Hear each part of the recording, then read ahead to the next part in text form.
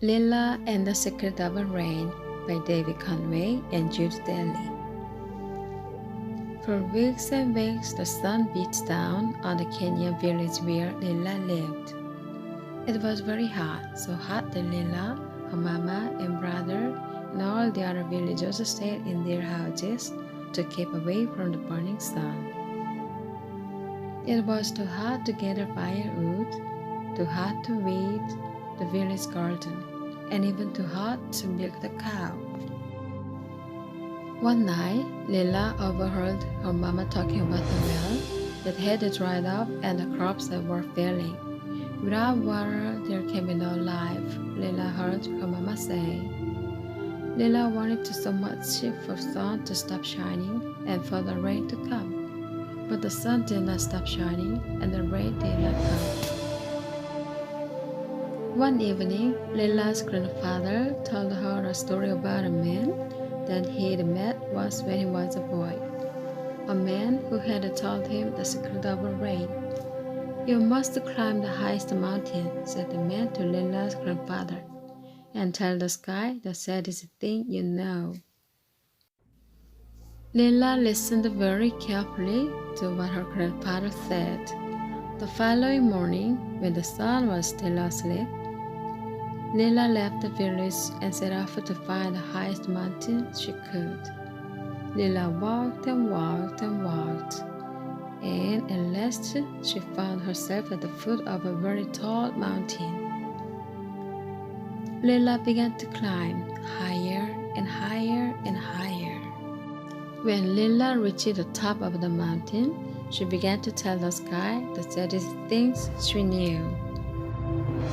First, she told of the time her brother cut his leg while chasing a chicken in the village. Then she told of the time she burned her fingers while helping her mama to cook. On and on Lila went, telling the sky the saddest things she knew. At the end of each one, she looked to the sky for a sign of a rain, but the sky remained blue and the sun still shone very brightly. Lila began to cry.